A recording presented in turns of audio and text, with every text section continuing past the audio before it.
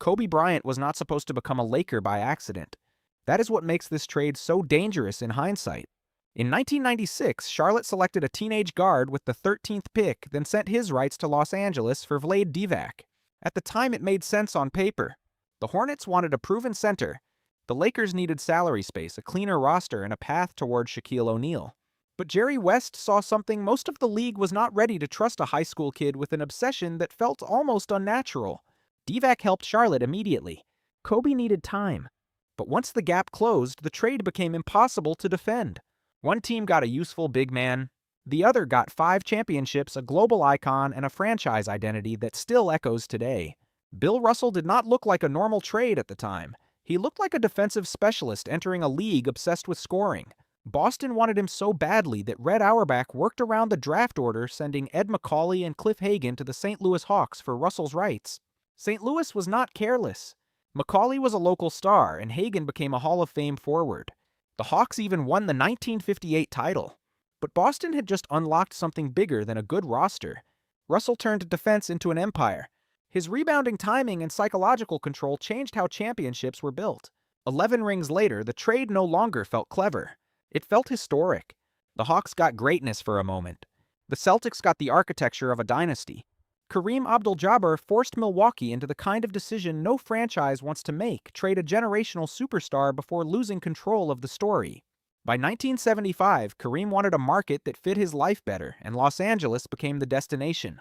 The Bucks received Elmore Smith, Brian Winters, Junior Bridgman, and Dave Myers.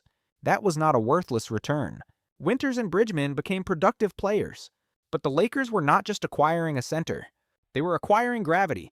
Kareem won MVP in his first season in Los Angeles, and even before Magic Johnson arrived, the franchise had its next pillar. Milwaukee stayed respectable, but never replaced the force it lost. This trade reminds every small market team of the nightmare scenario: sometimes the best player in the world can still walk your future out the door. Julius Erving was not traded like a normal superstar. He was sold because the Nets were drowning financially. After entering the NBA, the franchise faced heavy fees, including payments tied to the Knicks' territory. Then ownership failed to resolve Irving's contract situation, and suddenly one of basketball's most electric players became a financial escape route. Philadelphia paid $3 million and walked away with Dr. J. The result was brutal. The Sixers became instant contenders, reaching the finals in his first season and later winning the 1983 championship. The Nets collapsed, won only 22 games, and eventually relocated to New Jersey. This was not just a bad basketball move. It was a reminder that money problems can erase a franchise's soul overnight. Shaquille O'Neal did not leave Los Angeles quietly. He left behind the end of a dynasty, a broken superstar partnership, and a Lakers team suddenly forced to choose Kobe Bryant as its future. Miami saw the opposite, a rare chance to pair Shaq with a rising Dwyane Wade before the rest of the league could react. The Heat sent Lamar Odom, Karen Butler, Brian Grant, and a future first-round pick, then watched the power balance shift almost immediately. Shaq made Miami credible overnight, nearly won MVP, and helped to deliver the 2006 championship. The Lakers eventually recovered, but only after absorbing the shock. This trade was not just a breakup. It was the violent closing of one NBA era and the opening of another. Kevin Garnett turned Boston from a frustrated team into a predator. Before the trade, the Celtics had Paul Pierce young pieces and years of disappointment. Then they sent Al Jefferson, Ryan Gomes, Gerald Green, Sebastian Telfair, Theo Ratliff, 2 first-round picks and cash to Minnesota. On paper, it was expensive. In reality, it was the price of changing the room. Garnett brought defense rage accountability and a standard nobody could ignore. Boston won 66 games and captured the 2008 championship in his first season. Minnesota got pieces but not direction. The Timberwolves were rebuilding. The Celtics were transforming. This trade helped create the modern super team blueprint: stop waiting combine stars and chase the banner before the window disappears. Pau Gasol looked like a gift wrapped in confusion. In 2008, the Lakers sent Kwame Brown, Javaris Crittenton, Aaron McKie, 2 first-round picks cash and the draft rights to Marc Gasol to Memphis. The immediate reaction was outrage. Los Angeles had just handed Kobe Bryant the skilled big man he desperately needed, and the league watched the Lakers reach 3 straight finals and win 2 championships. But the twist came later. Marc Gasol became a franchise cornerstone, and Memphis won Defensive Player of the Year and helped build the grit and grind era. So the trade was not pure robbery. It was stranger than that one side got banners, the other accidentally found an identity.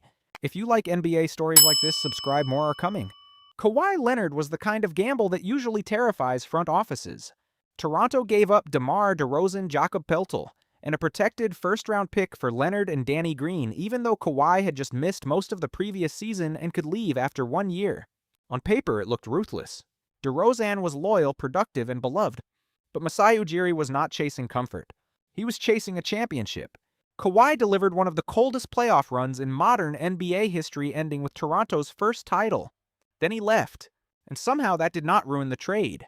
The Raptors rented a superstar for 1 season and got forever in return. That is the kind of risk only a banner can justify.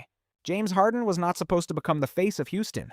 He was Oklahoma City's 6th man, a brilliant scorer, sitting behind Kevin Durant and Russell Westbrook. But when the Thunder could not agree on his extension, they chose financial control over long-term star power. Houston sent Kevin Martin, Jeremy Lamb, 2 first-round picks, and a second-rounder, then gave Harden the ball immediately. The result was shocking.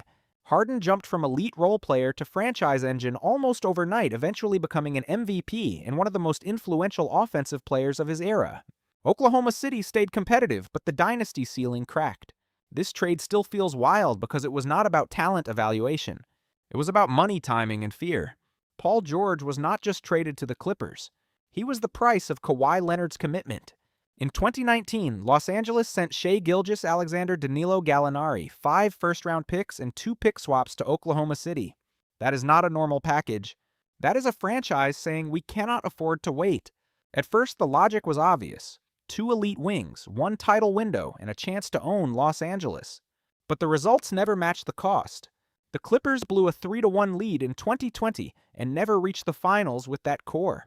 Meanwhile, Oklahoma City turned the deal into a rebuild machine. The trade became terrifying because the Thunder did not just survive it. They won the future. Paul Pierce arrived in Brooklyn as a name that still carried fear, but the body behind that name was no longer in its prime.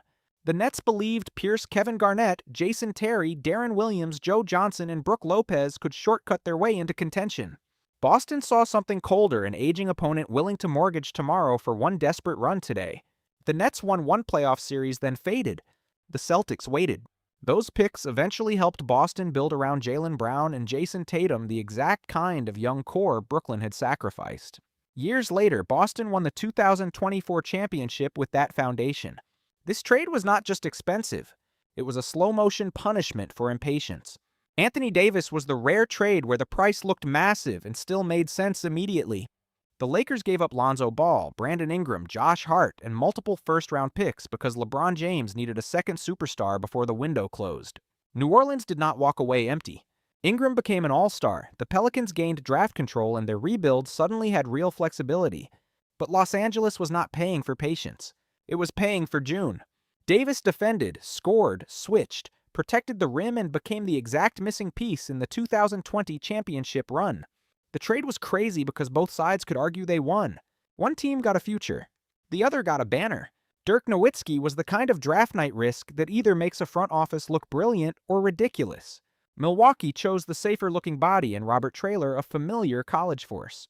Dallas trusted something stranger, a tall German forward whose shooting touch hinted at a future the league had not fully imagined yet. The Mavericks acquired Nowitzki's rights, and at first there was no instant explosion.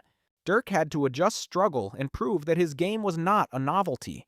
Then he became the face of Dallas basketball, an MVP, a champion, and one of the players who changed how big men were evaluated. Milwaukee got a short-term role player. Dallas got a basketball revolution. Chris Paul did not just change the Clippers roster. He changed their reputation. Before 2011, the franchise was mostly known for dysfunction, bad luck, and wasted talent. Then the Lakers' attempt to land Paul was vetoed, and the Clippers moved fast. They sent Eric Gordon, Chris Kaman, Al-Farouq Aminu, and a future unprotected Minnesota pick to New Orleans. Suddenly, Blake Griffin had the perfect point guard, and Lob City became one of the NBA's most electric shows. The Clippers did not win a championship, but they became relevant in a way they had almost never been before. New Orleans also found its future when that pick helped become Anthony Davis. One trade gave one team identity and another team hope. Luka Doncic made the NBA feel unreal for a moment. Dallas had just been to the finals in 2024, and instead of doubling down on its 25-year-old superstar, the Mavericks sent him to the Lakers in a 3-team deal built around Anthony Davis. Los Angeles received Luka Maxi Kleber and Markieff Morris. Dallas received Davis Max Christie and a 2029 first-round pick, with Utah helping complete the structure. The logic was defense conditioning concerns and avoiding a massive future commitment. But emotionally, it felt like a franchise cutting out its own heartbeat. The Lakers suddenly had a post-LeBron future. Dallas had risk pressure and a fan base in shock. Some trades look crazy years later. This one looked crazy immediately. Trades are never just transactions. They are bets on fear timing, ego money, and imagination. Some build dynasties, some bury franchises, and sometimes one phone call changes the NBA before anyone understands the cost.